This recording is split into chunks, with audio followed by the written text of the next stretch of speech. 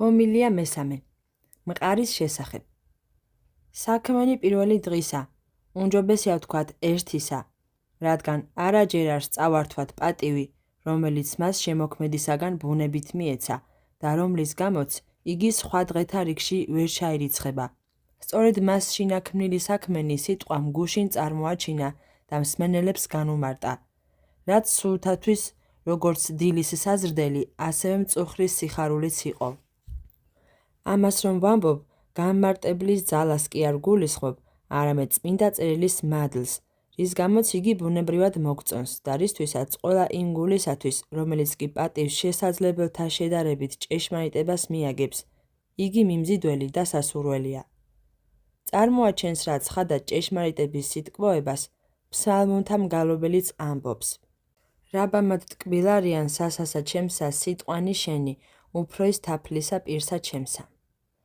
ამგვარად გუშინ, რამდენადაც ეს შესაძლებელი იყო, თქვენი სულები ღმრთის სიტყვაზე საუბრით განვამხიარულეთ. დღეს კი ერთმანეთს ისევ შევხვდით, რათა მეორე დღის საქმეთა საკვირველებანი განვიხილოთ. მე არ დამვიწყებია, რომ ჩვენ შორის მრავალი ხელოსანი და ოსტატია, რომელიც დღიური შრომით, გაჭირვებით შოულობს საზრდოს. ისინი სიტყვას შემაწყვეტინებენ, რათა დიდი ხნით არ მოსწდნენ საქმეს. რას ვეტყვი მათ? ვეტყვი, რომ ღვთისათვის მისესხებული დროის ნაწილი არათუ დაეკარგებათ, არამედ მისგან დიდი შენაძენით დაუბრუნდებათ, რადგანაც იმათ, რომელიც უპირატეს პატივს სულიერს მიაგებენ, საქმისათვის ყველა საჭირო გარემოებას, სხეულის სიმტკიცეს, სულის მხნეობას, ვაჭრობისათვის ხელსაყრელ პირობებსა და საერთოდაც მთელი ცხოვრების მანძილზე კეთილ წარმატებას ღმერთი უგზავნის. კიდევაც რომ ჩვენმა გულმოდგინებამ ის ნაყოფი, რომლის იმედიც გქონდა, ამ ცხოვრებაში არ გამოიღოს, სწავლა მიღებული სულისაწმინდისაგან კეთილსაუნჯედ მომავალი ცხოვრებისათვის გამოგვადგება. ამგვარად ყველა ამ მსოფლიური საზრუნავი გულიდან განაგდე და მთელი შენი არსებით აქ ჩემთან დარჩი, რადგან რასარგებელია სხეულით ყოფნა, როცა გული შენი მიწიერ საუნჯეზე ზრუნავს. და თქვა ღმერთმან, იქმენინ სამყარო შორის წყლისა და იყამ გამყოფელ შორის წყლისა. აჰა, გუშინ მოვისმინეთ ღმრთის სიტყვა, იქმენინ ნათელი და დღეს იქმენინ სამყარო. მაგრამ როგორც ჩანს, ამჯერად თქმული უფრო მეტს შეიცავს, რადგან სიტყვა მხოლოდ ბრძანებად კი არ დარჩა, არამედ ის მიზეზიც განსაზღვრა, რომლითაც ხმელეთის წარმოშობა გამოიძიება, რადგანაც ნათქვამია, იყამ სამყარო განყოფელ შორის წყლისა. უპირველესად ვიძიებთ, როგორ ამბობს ღმერთი, ისევე ხომ არა როგორც ჩვენ, ანუ საგანთა ხატებანი ჯერ გონებაში დაებადა, მათი წარმოსახვის შემდეგ თითოეულ საგანს მისთვის დამახასიათებელსა და შესაფერის მნიშვნელობას შეურჩევს, გონებით მოაზრებულს წარმოსათქმელად სახმო ორგანოებს გადასცემს და ამგვარად ჰაერის შერხევით, რომლის მოძრაობაც ხმას ანაწევრებს, თავის დაფარულ ასს წარმოაჩენს. ზღაპარს ხომ არ აღგავს მტკიცება იმისა, რომ ღმერთს გულისხმის ყოფის განსაცხადებლად ამდენი რამ სჭირდება. თუ ღვთისმოსაობას უფრო იმის თქმა შეეფერება, რომ ღვთაებრივი ნება და აზრის აღძვრა უკვე ღმრთის სიტყვას წარმოადგენს. წმინდა წერილი ამას ვრცლად იმიტომ ასახავს, რომ გვიჩვენოს. ღმერთმა არა მხოლოდ ქმნილების დაბადება ინება, არამედ დაბადა კიდევაც იგი თანამოსაქმის მეშვეობით. ის რაც დასაწყისში ითქვა, დასაბამად თქმნა ღმერთმა ცაიდა ქვეყანა. შეიძლებოდა ყოველივეს შესახებას თქმულიყო, სახელდობრ, შექმნა ნათელი, შექმნა ხმელეთი, მაგრამ ამჯერად წარმოგვიდგენს რა ღმერთს მბრძანებლად და მეტყველად, იმას, ვის მიმართაც იგი ბრძანებს და ვისაც მიმართავს, სწორედ დუმილით წარმოაჩენს. ოღონდ არა იმიტომ, რომ ჩვენთვის ცოდნის მოცემა ენანება, არამედ იმისათვის, რათა გამოუთქმელის ზოგიერთი კვალისა და გამოვლინების ჩვენებით ჩვენში სურვილი აღაგზნოს. ხომ სიხარულით შეიწყნარება და გულმოდგინედაც დაიცვება ის, რაც ჯაფითაა შეძენილი, მაშინ, როცა ფლობა იმისა, რაც ადვილადაა მოპოვებული, ბევრს არაფერს ნიშნავს. ამგვარი შემოვლითი გზით წმინდა წერილს თანდათან მხოლოდ შობილის მოაზრებისაკენ მივყავართ. მაგრამ უსხეულო ბუნებას ხმოვანი სიტყვა არც ამ შემთხვევაში დასჭირდებოდა, რადგან შესაქმნის თანამონაწილესათვის თავად აზრის გადაცემაც შეეძლო. რა საჭიროა სიტყვები მათთვის, რომელთაც შეუძლიათ თავიანთი განზრახვა ერთმანეთს გონებითაც გაუზიარონ. ხმა ხომ სმენისთვისაა, ხოლო სმენა ხმისათვის. სადაც არც ჰაერია, არც ენა, არც სასმენელნი და არც ხვეული გასასვლელი, რომელიც ბგერებს თავამდე მიიტანდა. იქ არც სიტყვებია საჭირო, არამედ როგორც ამბობენ ხოლმე, ნების ზრახვებს ერთმანეთს გულით გადასცემენ. ამიტომ როგორც ითქვა, ჩვენი გონება რომ იმ პირის გამოსაძიებლად აღძრას, ვისაც მიმართავენ, საუბრის ეს ფორმა სიბრძნითა და ხელოვნებითაა გამოყენებული. მეორეც, გამოსაძიებელია ეს სიმყარე, რადგან მასაც ცა ეწოდება. სხვა რამეა თუ იგივე პირველქმნილიცაა, თუ საერთოდ ორიცა არსებობს. ისინი, რომელიც ზეცის შესახებ სიბრძნის მეტყველებენ, ამ ჭეშმარიტების აღიარებას ენის მოკვეთას ამჯობინებენ, რადგან თვლიან, რომ ერთ ცას ბუნებით მეორე, მესამე და კიდევ უფრო მეტი ცის წარმოშობა არ შეუძლია. როგორც ისინი ფიქრობენ, ზეციური სხეულის მთელი ბუნება ერთი ცის შესადგენად დაიხარჯა. რამდენადაც წრიულად მოძრავი სხეული, რომელიც ერთია და თანაც შემოსაზღვრული, ამბობენ ისინი, პირველი ცისთვის იქნა გამოყენებული, მეორე და მესამე ცის წარმოსაშობად აღარაფერი დარჩა. ასე ეოცნებებათ მათ, რომელიც შემოქმედთან ერთად შეუქმნელ მატერიასაც აღიარებენ და პირველი მითის შეთხზვის შემდეგ მომდევნო ტყუილის გამოგონებით არიან გატაცებულნი. ჩვენ კი ბრძენთა ელინთა ვთხოვთ, ვიდრე ერთმანეთთან კამაც არ დაასრულებენ, ჩვენზე ნუ გაიცინებენ, რადგან მათ შორისაც არიან ისეთები, რომლებიც ამბობენ, რომ ურიცხვიცა და სამყარო არსებობს. როცა ამ დაუჯერებელი შეხედულების სამხილებლად ყველაზე ძლიერი საბუთები მოაქვთ და ერთი ცის გარდა სხვა ცის არსებობის შეუძლებლობას გეომეტრიული აუცილებლობით ამტკიცებენ, ჩვენ უფრო მეტად შეგვიძლია მათ გეომეტრიულსა და დახელოვნებულ ფუჭმეტყველებაზე გავიცინოთ, რადგან იმას, რომ ერთი მიზეზისაგან წყლის ერთი ბუშტუკით წარმოიშობა და მრავალიც ხედავენ, მაგრამ ეჭვი შეაქვთ ცათა სიმრავლეში, ანუ იმაში, საკმარისია თუ არა დამბადებელის ძალა მათთვის არსებობის მისანიჭებლად. უკვე თუ ღმრთის ძლიერების გარდამეტებულობას გავიხსენებთ, ფიქრობთ, ცათა სიმყარე და სიდიდე დიდად არ აღემატება იმ ტენს, წყაროებში ბუშტის სახით რომ იბურცება. რას ასაცილოა მათი გაგება შეუძლებელისა.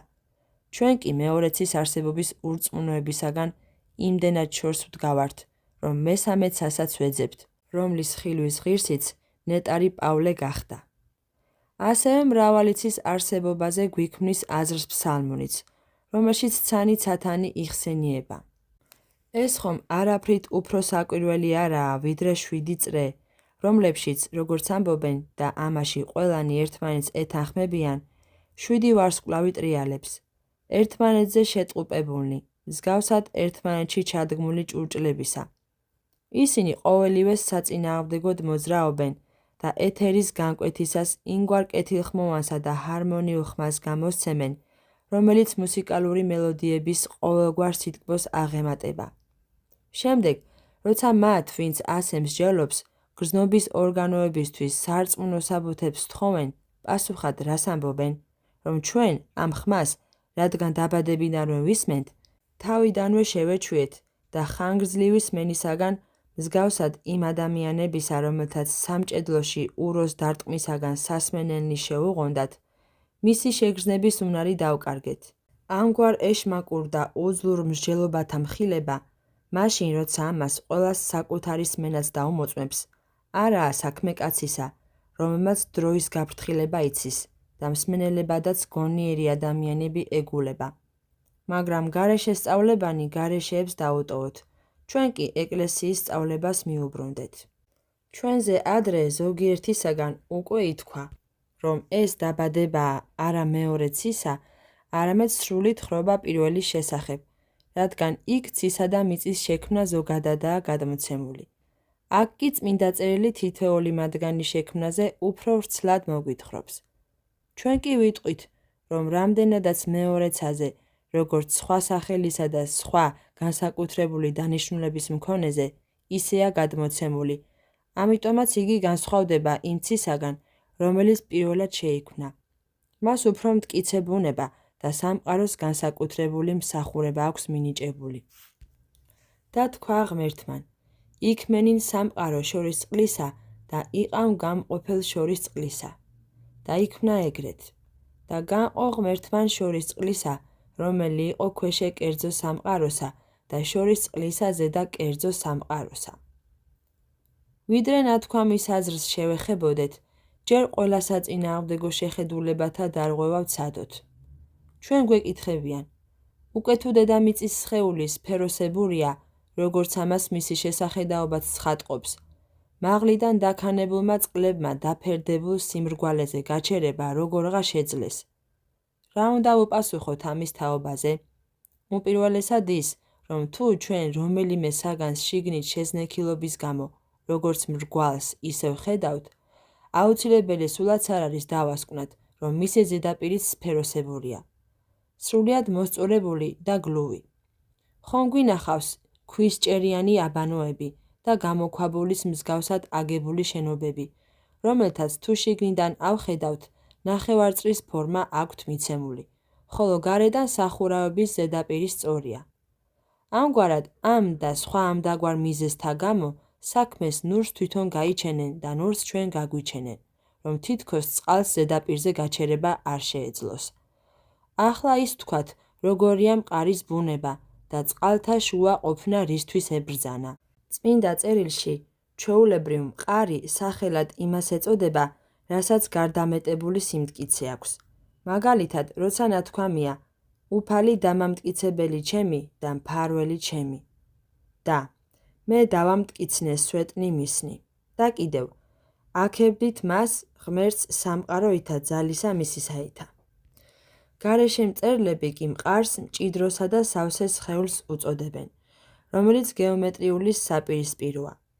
თუ გეომეტრიული სხეული ისაა, რომელიც მხოლოდ განზომილებების, ანუ სიგანის, სიღრმისა და სიმაღლისაგან შედგება, მყარს გარდა განზომილებებისა სიმტკიცეც უდრეკობაც ახასიათებს, ხოლო რასაც ძალა აქვს და მტკიცეა, წმინდა წერილში ჩვეულებრივ მას მყარი ეწოდება, როგორც მაგალითად ეს სიტყვა ხშირად იხმარება შესქელებული ჰაერის მიმართ, სახელდობრ, როცა ნათქვამია, რომემან დაამყარნის ქუხილნი. ამიტომაც სიმყარესა და სიმტკიცეს ღრუბელთა სიღრმეში ჩავწყდეული ქარისა, რომელიც რაჟამ ძლიერად ამოვარდება, ქუხილის ტკაცანს წარმოშობს, წმინდა წერილი ქუხილის დამყარებას უწოდებს. ვფიქრობთ, ეს სიტყვა ამ შემთხვევაშიც ბუნებით მტკიცეს მიმართაა გამოყენებული. რამდენადაც მას შეუძლია შეაკავოს წყალი, რომელიც დაბლა ადვილად ექანება და იღვრება.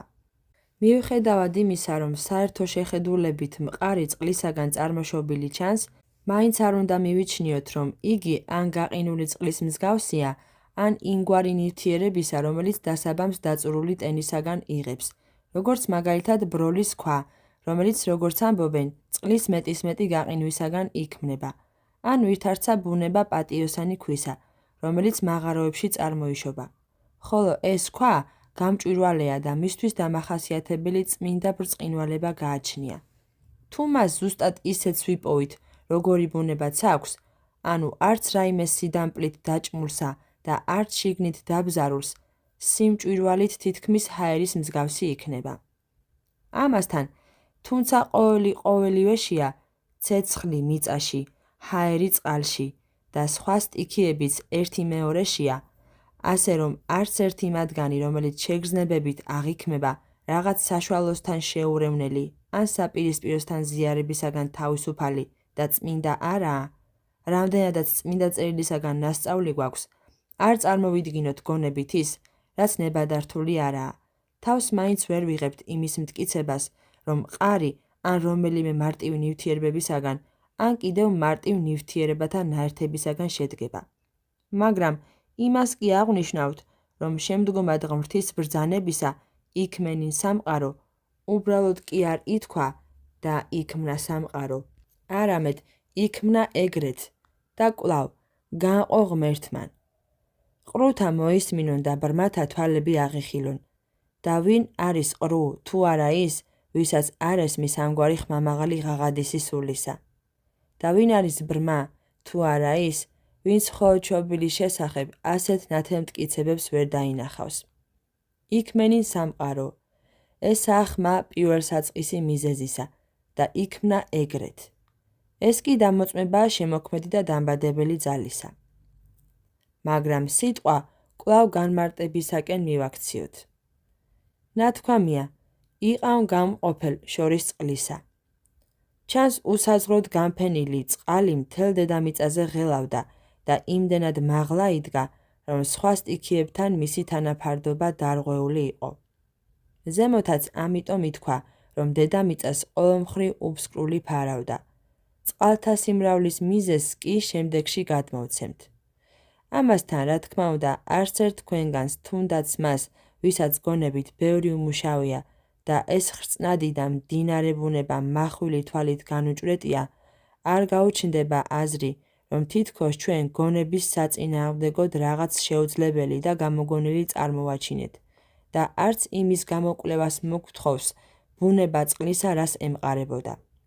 რადგან იმავე საფუძველზე, რომლითაც ამბობენ, რომ მიწა, რომელიც წყალზე უფრო მძიმეა, კიდეებისაგან დაშორებული შუაში ჰკიდია, იმაზეც უეჭველად უნდა დაგვეთანხმონ, რომ ეს უსაზღრო წყალი ქვემოთკენ ბუნებრივი სწრაფვისა და ყოველმხრივი მიზიდულობის გამო დედამიწაზე უძრავად რჩებოდა.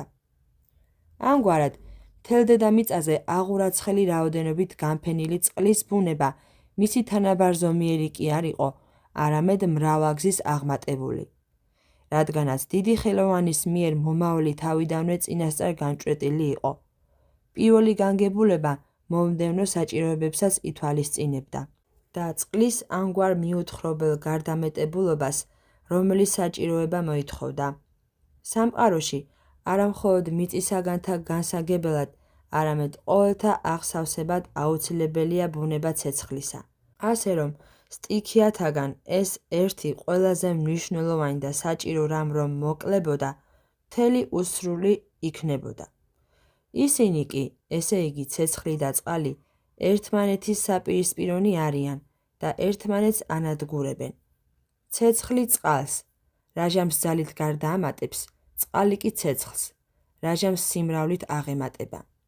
საჭირო კი ის იყო, რომ არც მათ შორის წარმოშობილიყო შფოთი და არც ერთ-ერთი მათგანის სრულ დაკნინებას სამყაროს რღვევა არ გამოეწვია.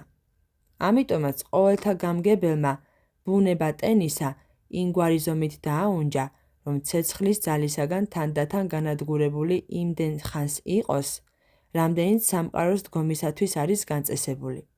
ხოლო ყოველივე ზომითა და წონით გამგებელმა, როგორც იობი ამბობს, ცვარნიცა წვიმისანი აღრაცხილ არიან მის მიერ. იცოდა, რამდენი დრო განუსაზღვრა სამყაროს დგომისათვის და რამდენი წყალი უნდა გაენადგურებინა ცეცხლს. ეს არის მიზეზი შესაქმისას წყლის სიჭარბისა. ხოლო რაც სამყაროსათვის ცეცხლის აუცილებლობას შეეხება, ცხოვრებისეულ მოთხოვნილებათა იმდენად უვიცი არავინაა, რომ ამის შესახებ სიტყვიერი მოძღვრება სჭირდებოდეს. ცეცხლის ენერგიის მსახურებას არა მხოლოდ ყოველი ხელოვნება მოითხოვს, რომელიც კი ჩვენი ცხოვრებისათვის საჭიროა, ქსოვას, მეხამლეობას, კალატოზობას, მიწათმოქმედებას გულისხმობ. არამედ მცენარეთა აღმოცენებაცა და ნაყოფის დამწიფებაც, მიწისა და წყლის ცხოველთა დაბადებაცა და ისიც, რითაც ისინი იკვებებიან, რომ არა თანამყოფობა სითბოსი, ან თავიდანვე არ იქნებოდა, ან დროთა განმავლობაში ვერ გაძლებდა. ამგვარად სითბოს შექმნა აუცილებელი იყო ყოველთა დაბადებულთა არსებობისა და სიცოცხლისათვის და ასევე აუცილებელი იყო ტენის სიუხვეც, ცეცხლის მიერ მისი განუწყვეტელი და გარდაუვალი განადგურებისათვის. გადახედე ყველა ქმნილებას და ნახავ, რომ ყოველში, რომელიც კი იბადება და კვდება, იხრწნება. სითბოს ძალა მეფობს. ესაა მიზეზი დედამიწაზე განფენილი წყლის სიმრავლისა, რომელიც ხილულთა ზედა ამაღლებული, დედამიწის ყველა ღრმულშიც დგას. აქედანაა დაუწყვეტელი წყაროები, წყალთა შესაკრებელი ჭები, მდინარეთა დინებანი, როგორც წვიმისაგან წარმოშობილებისა, ასევე დაუშრობელებისაც, რათა ტენის ბუნება მრავალ სხვადასხვა საცავში იქნეს დაცული. აღმოსავლეთიდან ზამთრის ადგილებიდან მოედინება მდინარე ინდოსი. მდინარე წყალთა შორის ყველაზე დიდი დინება, როგორც ამას დედამიწის გარშემოწერილობის აღმწერნი მოგვითხრობენ. ხოლო შუა აღმოსავლეთიდან ბაქტროსი, ხვასპი და არაქსი მოედინებიან, რომელსაც ტანაისი გამოეყოფა და მეოტიის ტბაში ჩაედინება. ამათ გარდა ფაზისიც, რომელიც კავკასიის მთებიდან გამოდის და ჩრდილოეთის ქვეყნებიდან გამოსული მრავალი სხვაც ევქსინის პონტოსკენ მიედინებიან, ხოლო ზაფხულოვანი დასავლეთიდან პირინეის მთებიდან ტარტესოსი და ისტროსი გამოდიან, რომელთაგან პირველი ზღვას ბურჯებს იქით უერთდება, ხოლო ისტროსი მოედინება რა ევროპაზე პონტოში ჩადის. საჭიროა ჩამოთვლა სხვებისა, რომლებიც სკვითიის მთათა გადაღმა რიფეის მთებში იბადებიან. მათ შორისაა როდანოსიცა და ბევრი სხვა მდინარეც, მათგან ზოგიერთი სანაოსნოც, რომელთაგან ყველანი ჩაუვლიან რა დასავლეთის გალატების, კელტებისა და მათ მეზობელ ბარბაროსთა ქვეყნებს დასავლეთის ზღვაში ჩაედინებიან. სხვები სამხრეთიდან, ზემო ქვეყნებიდან, ეთიოპიის გავლით მოედინებიან. მათი ნაწილი ჩვენს ზღვას ერთვის, ნაწილიც კი იმ ზღვაში ჩადის, რომელიც ნაოსნებისათვის უცნობია, ეგონი და ნისოსი, ხრემეტისად წოდებული, და მათთან ერთად ნილოსიც, რომელიც ბუნებით რაჟამს მსგავსად ზღვისა ეგვიპტეს დატბორავს, მდინარეებს არც კი ჰგავს. ამგვარად, ჩვენს მიერ დასახლებული ადგილი შემოვლებულია წყლით, ვრცელი ზღვებითაა მოცული და ურიცხვი დაუშეტელი მდინარითაა მორწყული. ისე რომ გამგებლის გამოუთქმელი სიბრძნით, ბუნება, რომელიც ცეცხლის საპირისპიროა, ძნელად განსალეველი ყოფილიყო. მაგრამ დადგება დრო, როცა ცეცხლი ყოველივეს გამოაშრობს, როგორც ესაიამ თქვა ყოველთა ღმრთის მიმართ. მეტყველმან უფსკრული სამან მოოხრდი და მდინარეთა შენთა განვახმობ. ამიტომაც ამაო სიბრძნე განაგდე და ჩვენთან ერთად, თუმცა სიტყვით მარტივი, მაგრამ შემეცნების თვალსაზრისით უცდომელი სწავლება ჭეშმარიტებისა შეიწყნარე. ამისთვის ითქვა, იქმენინ სამყარო შორის წყლისა და იყავ გამყოფელ შორის წყლისა. თუ რას ნიშნავს წმინდა წერილში სახელი მყარი, სამყარო, ნათქვამია, სახელდობრ მყარს იგი არა უდრეკსა და მაგარ ბუნებას უწოდებს, რომელსაც სიმძიმე და სიმტკიცე აქვს, ასე რომ ყოფილიყო, ეს სახელი საკუთრივ მისი მნიშვნელობით ყველაზე მეტად დედამიწის შესაფერისი იქნებოდა, არამედ პირიქით, რამდენადაც ყოველივე რაც ზემოთაა, ბუნებით წმინდა, სუბუქი და ყველა გრძნობისათვის მიუძდომელია, მყარი მას ამ უმსუბუქესა და გრძნობით აღუქმელთან შედარებით უწოდა. წარმოიდგინე რაღაც ადგილი, განმყოფელი ტენისა, ის რაც თხელია და დაწურული, ზევითკენ წარემართება, ხოლო სქელი და მიწიანი დაბლა დარჩება, რათა ტენის თანდათანობითი განადგურებისას ეს კეთილნაზავი თავიდან ბოლომდე დაცული დარჩეს. შენ არ აგჯერა წყალთა სიმრავლე და ვერც მხურვალების სიდიდეს ხედავ, რომელსაც მაშინაც კი როცა შედარებით მცირეა, ბევრი ტენის განადგურება შეუძლია, რადგანაც იზიდავს ტენს, რომელიც ემორჩილება, როგორც ამას სისხლის გამოსაშვები ქილად ცხადყოფს. ახლო და მიზიდულ ტენს კი, მსგავსად ლამპის ცეცხლისა, პატრუქისაგან შეწოვილ საზრდელს გარდაქმნისთანავე რომ წვავს, ანადგურებს. ვინ ეჭობს იმას, რომ ეთერი ცეცხლოვანია და მწველი? დამბადებელს, რომ იგი უცილობელი საზღვრებით არ აელაგმა, რა შეუშლიდა ხელს ალში გაეხვია და გადაებუგა ახლო ყოველივე და ტენი, რომელიც არსებულებშია, მთლიანად განადგურებინა? გავარვარებულმა ეთერმა, რომ ყოველივე არ გადაწვას, ამიტომაც არსებობს ჰაერის წყალი, შექმნილი მაღალი ადგილები და ნაზიდული ორთქლისაგან, რომელიც მდინარეებს, წყაროებს, ჭაობებსა და ზღვებს აზდის. ხედავთ, რომ ზაფხულის ჟამს ეს მზეც ხშირად უმოკლეს დროში ნესტიანსა და დაჭაობებულ ადგილს უნესტოდ და სრულიად მშრალად აქცევს. რა იქნა ეს წყალი? გვიჩვენონ მათ, რომელთაც ყველაფერი იციან, განაყოლასათვის ცხადი არაა, რომ მზის მხურვალებამ ააორთქლა და შთანთქა. მაგრამ ისინი მზის შესახებ ამბობენ, რომ მას სითბოც კი არ გააჩნია და ამგვარად პასუხიც ყველაფერზე მზად აქვთ. ნახეთ, რა საბუთს ეყრდნობიან, როცა იმას, რაც თვალსაჩინოა, ეწინააღმდეგებიან. ამბობენ, რომ რამდენადაც მზე ფერით არაა მოწითალო და ყვითელი, არამედ სპეტაკია, ბუნებით მხურვალე არააო.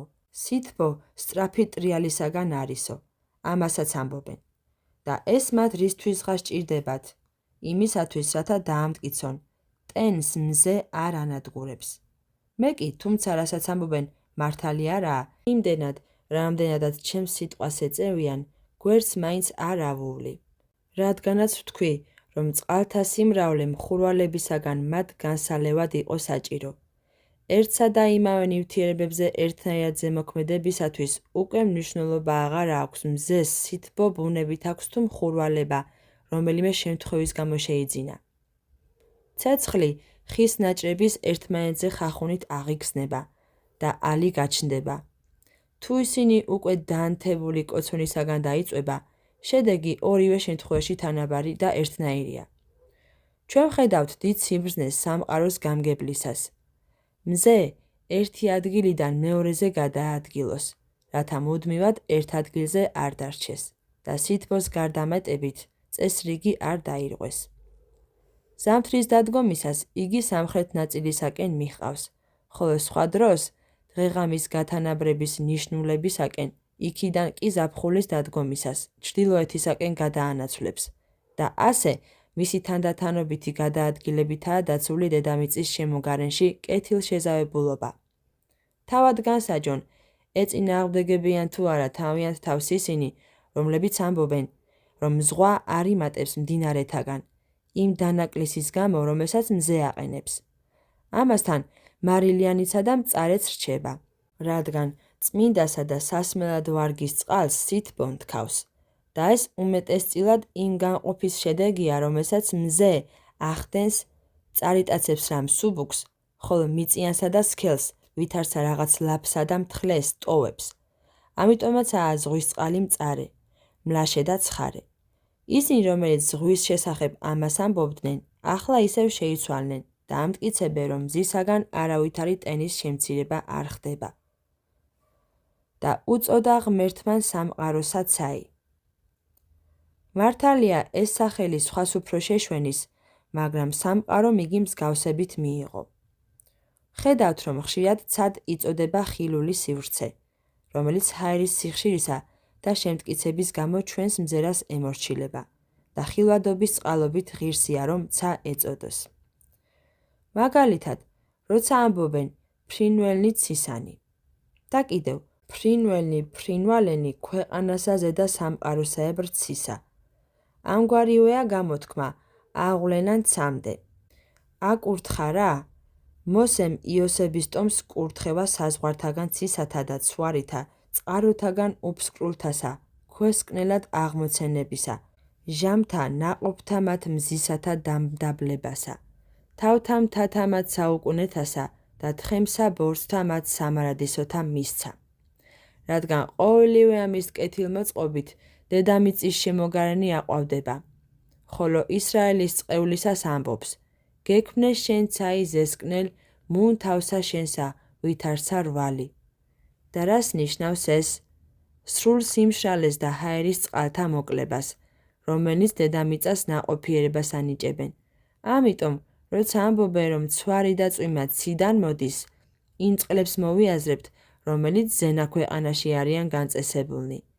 მიწიდან ასული ორთქლის სიმაღლესა შინა შეიკრიბება და ქართა შეკუმშვით ჰაერი გასქელდება. ხოლო რაჟან საქამდე ღრუბელში წვირწვრილად გაბნეული ორთქლის მსგავსი ტენი ერთმანეთთან შემჭიდროვდება, წარმოიქმნება წვეთები, რომელიც ნაწილთა შეერთებისაგან დამძიმებულნი დაბლა მოექანებიან. ასეთია წარმოშობა წვიმისა. ხოლო როცა მძაფრი ქარებისაგან დაფანტული ტენი უკიდურესად გაცივდება და სრულიად გაიყინება, გაბნეული ღრუბლებიდან წამოვა თოვლი. ზემოთქმულის მიხედვით, შენ შეგიძლია საერთოდაც განიხილო მთელი ბუნება ტენისა, რომელიც ჩვენს თავთა ზემოთ ჰაერშია დამტკიცებული.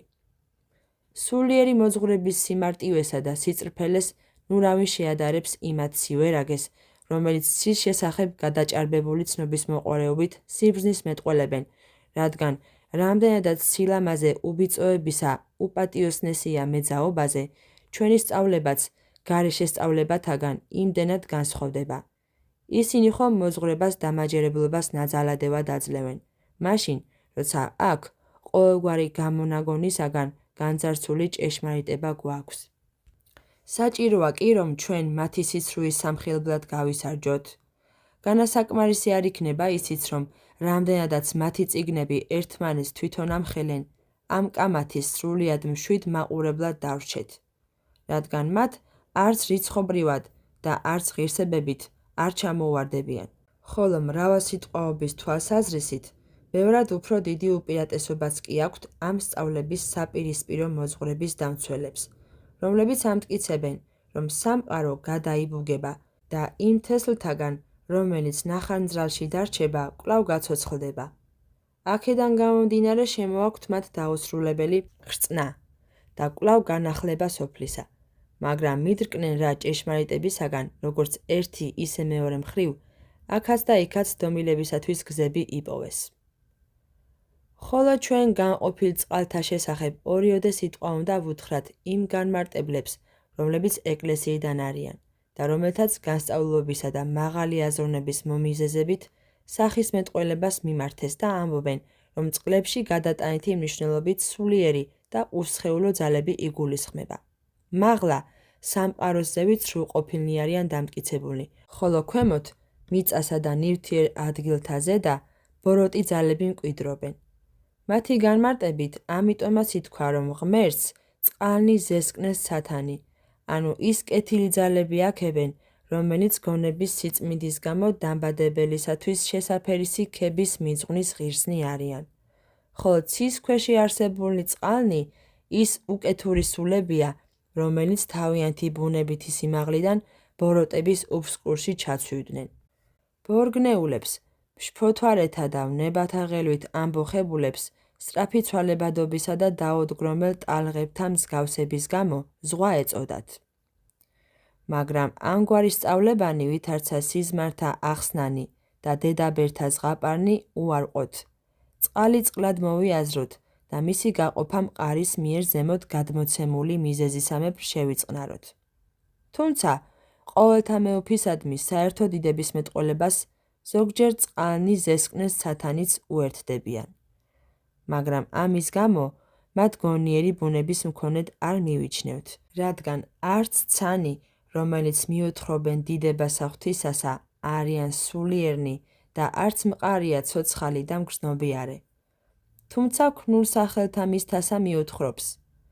თუ ვინმე იტყვის, რომ ცანი მჭვრეტელობით, ხოლო მყარი საქმიანსა და შემსრულებელ ძალებს ნიშნავს, რაც დასაშვებია, როგორც მახვილგონიურულ სიტყვას შევიწყნარებთ, მაგრამ იმას, რომ იგი ჭეშმარიტებაა, ბოლომდე ვერ დავეთანხმებით, რადგან მაშინ ცვარს თრთვილს, ყინულს და სიცხესაც, რომელთაც დანიელთან ყოველთა დამბადებლის ქება აქვთ ნაბრძანები, რაღაც გონიერი და უხილავი ბუნება უნდა ჰქონდეთ.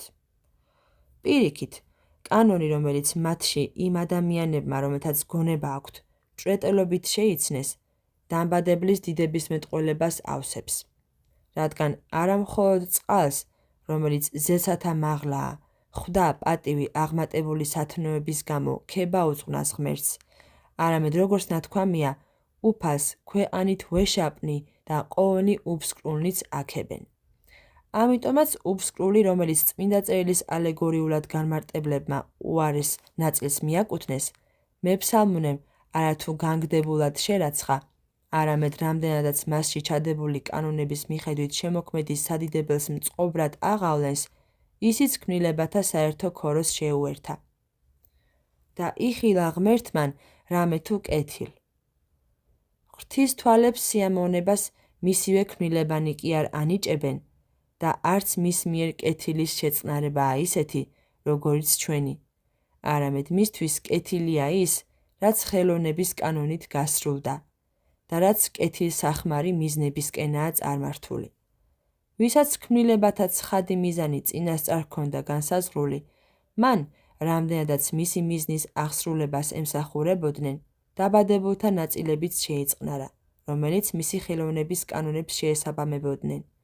როცა ხელი ცალკეა, თვალი კი ცალკე და ქანდაკების ყოველი ნაწილი გაფანტულია, ეს სანახაობა ყველასათვის მშვენიერი როდი იქნება, ხოლო როცა თითოეული ნაწილი თავ-თავის ადგილზე დადგება, ბოლოს და ბოლოს წარმოჩნდება სილამაზე თანაზომიერებისა და მას თვით უმეცარიც კი შეამჩნევს. მაგრამ რადგანაც შემოქმედი თითოეული სილამაზეს გამთლიანებამდე ხედავს და მათი გასრულებული სახეც წინასწარ იცის, ყოველ მათგანს აქებს. ამ შემთხვევაში ღმერთი იმ ხელოვანთა მსგავსადაა წარმოდგენილი, რომელიც საკუთარ ქმნილებათა ნაწილებს აქებენ. სამაგიეროდ რაჟამს გასრულდება ღვთის შესაფერის ქებას თავის მხრივ ერთად აღებული მთელი სამყარო სიტყვის. აქ შევწყვიტოთ სიტყვა მეორე დღის შესახებ, რათა გულმოდგინე მსმენელებს დრო მივცეთ იმისათვის, რომ რაც მოისმინეს, გამოიძიონ, თუ რამე სასარგებლოა დაიმახსოვრონ და საგულდაგულო განსჯით ისევე როგორც საჭმლის მონველების შემდეგ აღმოცოხნის სარგებელს დაელოდონ. ხოლო სოფლის საქმეთაგან მოოცლელებს მოცალეობა მიეცეთ, რათა დროის ამ შუალედში რაც საზრუნავი აქვთ მოაგვარონ და მწუხრისას სიტყვის ნადიმზე ზრუნვათაგან განწმენდილი სულებით მოვიდნენ. დიდთა საქმეთა შემოქმედმა ღმერთმა, რომელმაც ჩვენს მიერ ამ მცირე სიტყვის წარმოთქმაც განაგო, მოგცეს თქვენ ყოველსაშინა გულისხმის ყოფა მისი ჭეშმარიტებისა, რათა ხილულთაგან უხილავი შეიცნოთ და ქმნილებათა დიდებულებისა და სილამაზისაგან ჩვენი დაბადების შესახებ შესაფერისი წარმოდგენა შეიძინოთ, რამე თუ უხილავი იგი მისი დაბადებიდან სოფლისაით ქმნულთამა ჩინა საცნაურად ეხილვების და სამარდისოი იგი ძალი მისი დაღმთეებაი.